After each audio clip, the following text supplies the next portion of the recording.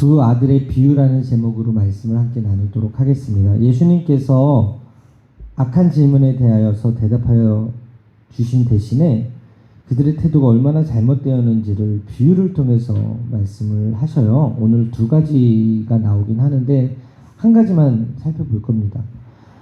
그 한 가지 비유가 뭡니까? 대답은 잘했으나 불순종한 큰아들과 처음에는 불순종하고 거역했지만 회개하고 순종해서 돌아온 둘째 아들의 비유를 통해서 과연 누가 하나님의 뜻에 합한 사람이고 하나님 나라에 합당한 사람인가를 가르쳐주는 비유이고 두 아들의 비유죠. 오늘 또 하나는 다음 시간에 보게 될 텐데 주인의 아들을 죽인 악한 농부의 비유의 말씀입니다. 오늘 두 아들의 비유를 통해서 비유의 숨은 뜻을 살펴보는 시간을 갖도록 하겠습니다. 예수님의 비유 속에서 어떤 사람에게 두 아들이 있었대요. 그 두 아들 중에 큰아들에게 포도원에서 일하라고 했더니 대답은 네 갈게요 라고 얘기하는 거예요. 그런데 실제로는 가지 않았대요. 불순종한 거죠. 근데 둘째 아들은 싫어요 라고 얘기해놓고 나중에 뉘우치고 포도원에 가서 일을 했대요. 첫째는 간다고 가지 않았고 둘째는 가지 않는다고 하고 갔습니다. 단순한 불순종이 아니라 둘째는 반항하는 수준으로 안 간다고 했는데 결국 돌이켜서 아버지의 뜻대로 원하는 대로 행하였다. 물론 이 비유는 모두 유대인들을 향한 비유의 말씀이에요.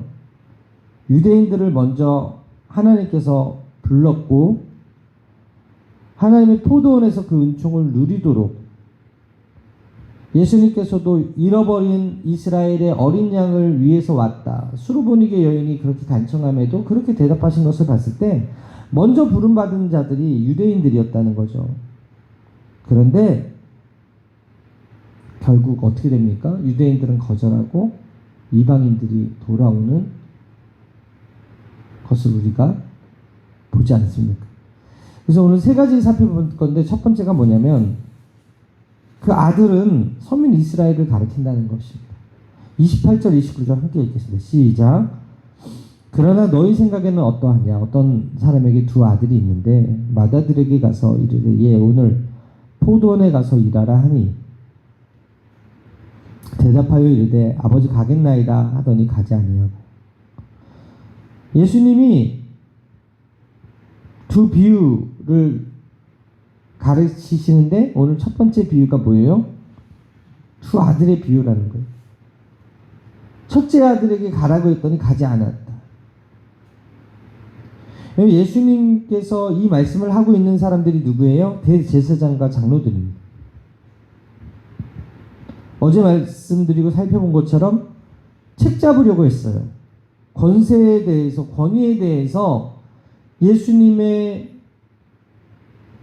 잘못을 끄집어내서 예수님을 책 잡으려고 하는 이 신령의 상태를 예수님은 아셨어요. 꿰뚫어 보셨죠? 그리고 그들의 상태, 그들의 마음을 비유로 들어서 일깨우고 있는 거예요. 여기서 한 사람은 하나님이고 첫째 아들은 이스라엘 종교 지도자들이고 그들의 잘못을 지적하고 있는 거예요. 비유를 통해서. 이 비유에서 큰아들은 포도원에 가서 일하라고 하는 명령을 받았음에도 불구하고 대답은 네라고 흔쾌히 했지만 실제로는 들어가지 아니하였다. 이것은 바로 종교 지도자들이 하나님의 말씀을 받고도 실천하지 아니하고 거역한 모습과 같습니다. 첫째 아들은 이스라엘이고 둘째 아들은 이방이라고 할 수 있으나 첫째 아들은 침례 요한과 예수님을 직접 대하여 음성을 들었어요. 그럼에도 불구하고 회개하기를 거절했다. 이스라엘의 지도자들이라고 할 수 있는 거예요. 특히 침례 요한의 책망을 받은 헤롯.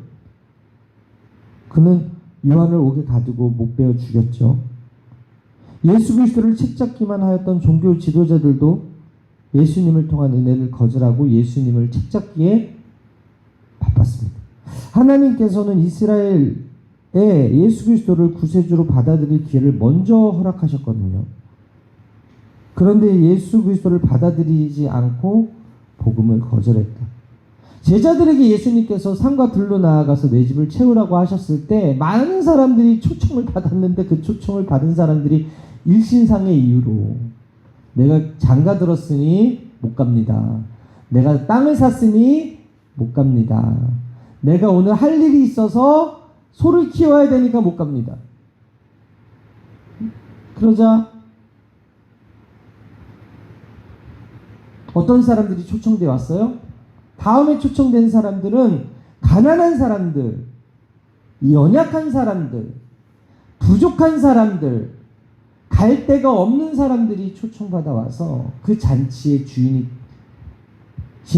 예수님과 함께하는 그 이야기를 하지 않습니다. 먼저 불러서 초대받았는데 거절한 사람들은 그 은혜를 누리지 못하고 후에 부름받은 자들이 와서 자격 없는 자들이 와서 그 주인의 상에서 함께 웃고 떠들고 먹고 마셨다. 이것이 하나님 나라라는 거예요.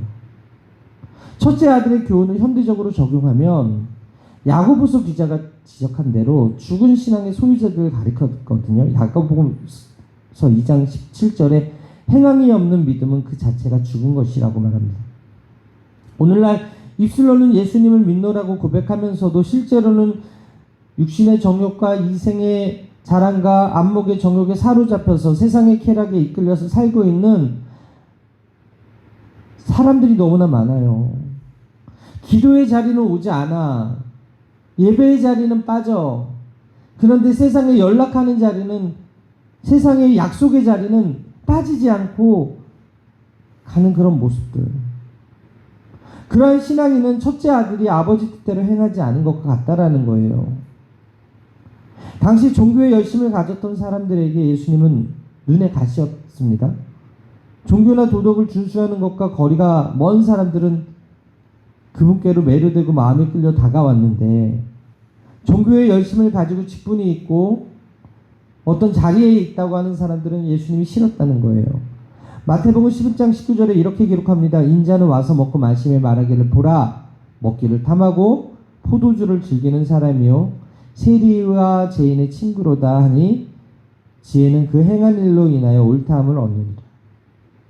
예수님이 종교적인 사람과 성적으로 소외된 사람, 그리고 종교적인 사람과 인종적으로 소외된 사람, 정치적으로 소외된 사람을 만나실 때면 소외된 그 사람들은 매번 예수님과 가까운 사람이 되었는데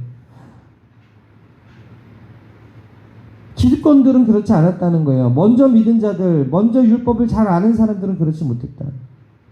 지위가 높은 종교 지도자를 향해서 예수님이 마태복음 21장 31절에 이렇게 말합니다. 그들 중에 누가 아버지의 뜻대로 하였느냐 이르되 둘째 아들이니이다. 예수님께서 그들에게 이르시되 내가 진실로 너에게 이르노니 세리들과 창녀들이 너희보다 먼저 하나님의 나라에 들어가리라. 분명히 예수님께서 경고하는 거예요. 부름을 받았을 때 순종하고 나오면 하나님의 예비하신 잔치에 같이 함께 앉아서 먹고 마실 수 있고 천국에 들어갈 수 있는 자격을 얻는 자들이 되는데 그들은 거절했다라는 것이죠. 마태복음 20장 16절에 이와 같이 나중된 자로서 먼저 되고 먼저 된 자로서 나중되리라. 마태복음 7장 21절에 나더러 주여 주여 하는 자마다 천국에 다 들어가는 것이 아니요 다만 하늘에 계신 내 아버지의 뜻대로 행하는 자라야 들어가리라. 먼저 믿은 우리들, 먼저 복음을 아는 우리가 오늘 이 말씀의 거울 앞에서 내가 순종이 있는가? 내가 행함이 있는가? 점검하게 되기를 바랍니다. 결국 하나님의 말씀을 많이 알아요. 학식이 있어요. 직분도 있어. 그런데 아는데도 행하지 않는 것은, 순종하지 않는 것은 악하다고 말씀하고 계신 거예요. 천국을 소유할 수 없다고 말씀하고 있는 거예요. 우리가 다른 사람을 비판하기에 앞서서, 정죄하기에 앞서서 오늘 예수님의 이 가르침을 마음판에 새기고 순종이 있는가 점검하게 되길 바랍니다. 행함이 있는가 점검하게 되길 바랍니다. 분명히 먼저 믿은 우리에게 주시는 경고의 말씀이라는 것이죠. 두 번째 살펴볼 것은 둘째 아들은 죄인으로서의 우리를 가리킨다라는 것이죠. 우리 30절 함께 읽을까요? 시작. 둘째 아들에게 가서 또 그와 같이 말하되 대답하여 이르되 실소이다 하였다가 그 후에 뉘우치고 갔으니. 여러분, 아담과 하와의 범죄 이후에 범죄와 불순종이 인간의 공통 형상이 되었어요. 아버지의 뜻은 포도원에 가서 일하기를 바라는 것임에 반해서 제 길로 달려가는 것이 인생들의 모습 아닙니까? 사도 바울은 로마서의 이를 단적으로 표현해서 로마서 3장 23절에 이렇게 기록합니다. 모든 사람이 죄를 범하였음에 하나님의 영광을 이루지 못했다. 죄가 영광에 이르지 못하게 한다는 거예요. 이스라엘의 종교 지도급에 있었던 이들이 아버지의 말씀을 듣고 대답한 후에 지키지 아니한 것이나 아예 처음부터 거역의 길로 가는 것은 결과적으로 같은 모습이라는 거죠. 제일 불쌍한 사람들이 뭐예요? 교회에 와서 은혜 받고 시험 들어 떠난 사람들. 교회에 와서 은혜 받았는데, 직분 받았는데 신천지나 이단한테 홀려서 교회를 떠난 사람들. 아니, 세상을 사랑한 데마와 같이 주의 길에서 떠나서 이탈한 사람들이 제일 불쌍해요. 늘 교회에 있었는데 천국 문 앞에서 내가 도무지 너를 모른다 하는 장로님, 목사님 되지 말아야 될 거 아닙니까? 본문의 둘째 아들은 거역의 길을 갔어요. 그런데 오늘 뭐라 그래요? 가는 중에 뉘우쳐 회개하고 돌아와 아버지의 뜻대로 포도원에서 일했다. 죄악의 길에서 깨닫고 아버지를 생각하고 돌이키는 것. 그런 사람이 하나님의 자녀가 된다는 거예요. 하나님의 명령을 순종하지 않고 충고를 거절하고 하나님의 말씀을 듣지 않고 태도를 바꾸려고 하지 않으면 첫째 아들과 같지만 거역의 길로 다른 치다가 돌이키라는 그 말씀의 믿음으로 반응해서 돌아오는 사람. 그런 사람들 있잖아요. 술을 엄청 좋아하고 담배 피고 세상으로 나아갔다가 아버지가 생각나게 하는 할머니의 기도, 교회 가고 싶게 하는 엄마의 전도, 친한 친구의 그런 전도에 돌이켜서 그래, 내가 예수님을 만나봐야 되겠다, 내가 교회를 한번 나가봐야 되겠다 하고 돌이킨 그 사람들이 천국의 주인이 된다라는 거예요. 이 교회에 앉아 있으면서 바리새인의 그 마음으로 책 잡으려고 하는 그 사람이 천국의 주인이 아니라 저 교회 밖에 있으면서 누군가의 전도를 받고 회개하고 돌이켜 들어오는 이 세 가족들, 이 사람들이 천국에 더 가깝다라는 것이죠. 결국 돌이키고 뉘우치고 회개하고 하나님 말씀에 순종하는 것이 회개의 열매임을 말씀을 통해서 우리에게 가르쳐주고 있죠. 여러분, 우리가 잘 아는 탕자가 바로 둘째 아들과 같은 자 아닙니까? 누가복음 15장 17절에 이에 스스로 돌이켜 이르되 내 아버지에게는 양식이 풍족한 품꾼이 얼마나 많은가. 나는 여기서 줄여 죽는구나. 내가 일어나 아버지께 가서 이르기를 아버지, 내가 하늘과 아버지께 죄를 지었사오니 지금부터는 아버지의 아들이라 일컬음을 감당하지 못하겠나이다. 나를 품꾼의 하나로 보소서 하리라 하고 라고 말씀하고 있어요. 아버지에게로 돌아갔어요. 자신의 죄를 지었고 아버지 아들로서의 자격을 상실하고 잃었음을 시인해요. 염치불구하고 아버지 그럼에도 불구하고 저를 품꾼의 하나로 보시고 받아주세요. 그런데 아버지가 거절했습니까? 아버지가 혼냈습니까? 아니죠. 우리가 다 아는 바와 같이 누가복음 15장 20절에 이에 일어나서 아버지께로 돌아가니라. 아직도 거리가 먼데 아버지가 그를 보고 측은히 여겨 달려가 목을 안고 입을 맞추니. 여러분, 둘째 아들이었던 이 탕자는 잘한 게 없죠. 아버지 살아계신데 아버지 죽은 다음에 받는 유산을 달라 그러잖아요. 그리고 나서 창녀와 그것을 다 탕진해버리잖아요. 그런데 어떻게 해요? 아버지는 용서하시잖아요. 긍휼의 마음으로 안아주시잖아요. 그러면서 누가복음 15장 22절 이하에 아버지는 종들에게 이르되 제일 좋은 옷을 내어다가 입히고 손에 가락지를 끼우고 발에 신을 신기라. 그리고 살찐 송아지를 끌어다가 잡으라. 우리가 먹고 즐기자. 하나님의 은혜라는 거예요. 회개하고 돌이키는 자는 그 누구든지 이렇게 안아주시고 품어주시고 잔치에 함께 초대해 주신다. 찬송가 304장이 그런 고백을 합니다. 그 크신 하나님의 사랑 말로 다 형용 못하네. 저 높고 높은 별을 넘어 이 낮고 낮은 땅 위에 죄범한 영혼 구하려 그 아들 보내사 화목제물 삼으시고 죄 용서하셨네. 하나님 크신 사랑은 그 어찌 닿았을까. 측량 다 못하네. 영원히 변치 않는 사랑 성도여 찬양하세. 따라하겠습니다. 하나님은 무슨 일이 있어도 무조건 모든 사람을 용서하시고 사랑하신다. 믿으시면 아멘. 회개하고 돌이키는 걸 원하세요. 돌이키면 누구든지 어떤 조건, 어떤 잘못, 어떤 실수를 했어도 받아주시는 분이 우리 하나님이에요. 저는 바라기는 여러분들 가정에 누군가 세상을 사랑해서 세상에 속해 있는 자들이 있다면 여러분들이 아버지의 음성을 전하는 메신저가 되길 바라고, 그들이 그 음성을 듣고 돌이켜서 회개하고 우리보다 더 복을 받고 우리보다 더 하나님의 사랑의 주인공이 되기를 주님의 이름으로 축원합니다.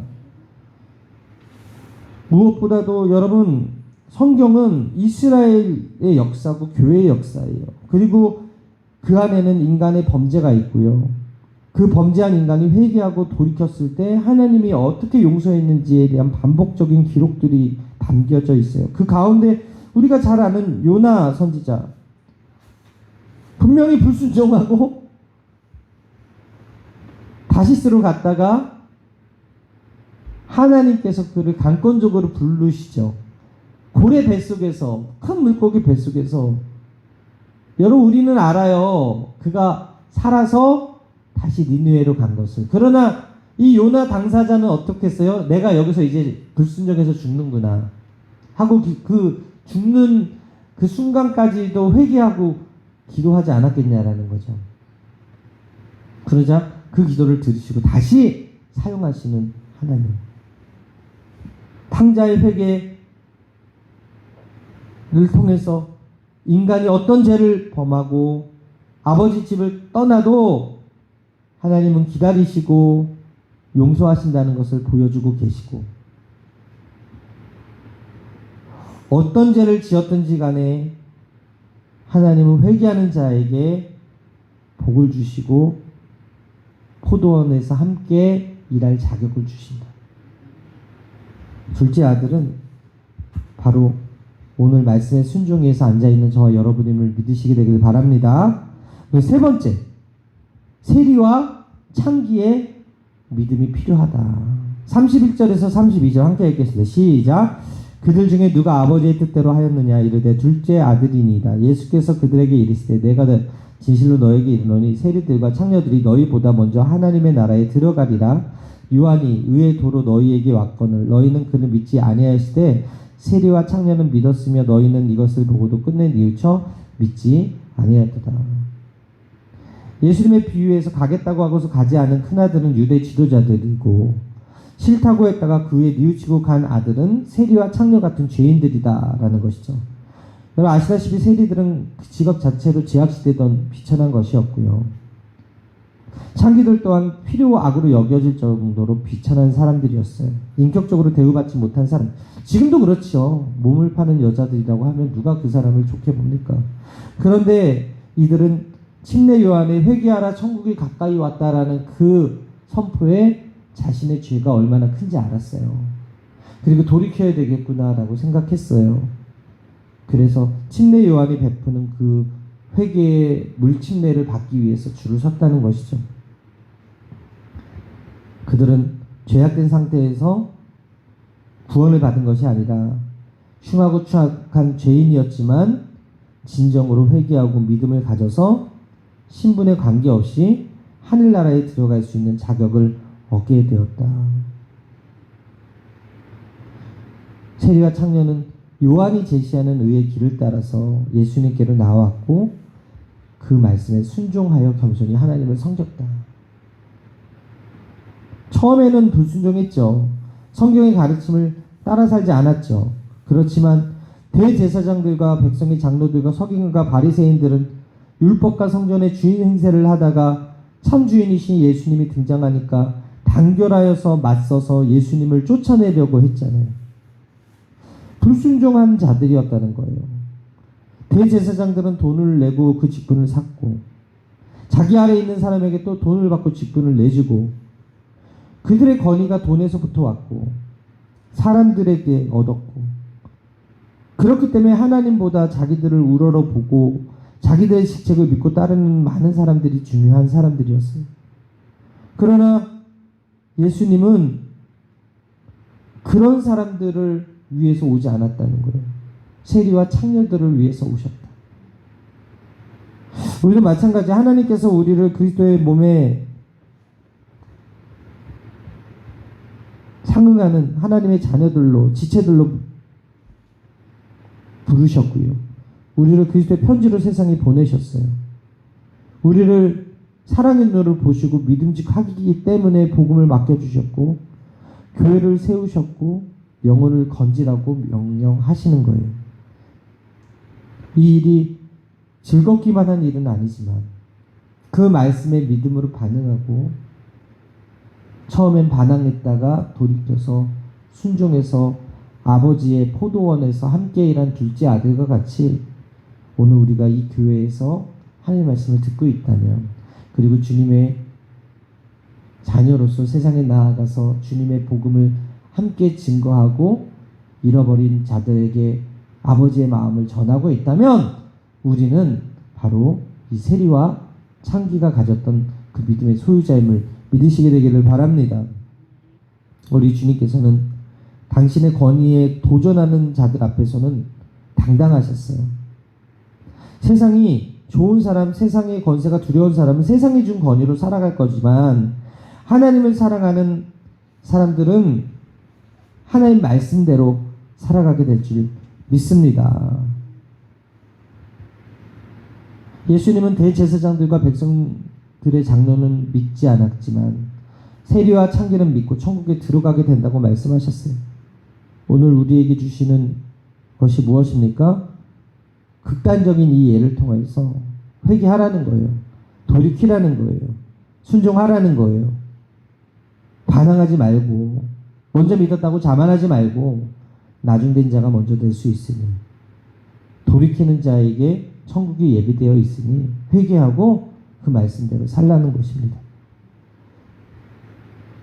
회개를 촉구함에도 불구하고 오히려 반감이 일고 불평과 불만의 감정이 생기고 서운함이 든다면 우리 신앙을 심각하게 돌아봐야 돼요.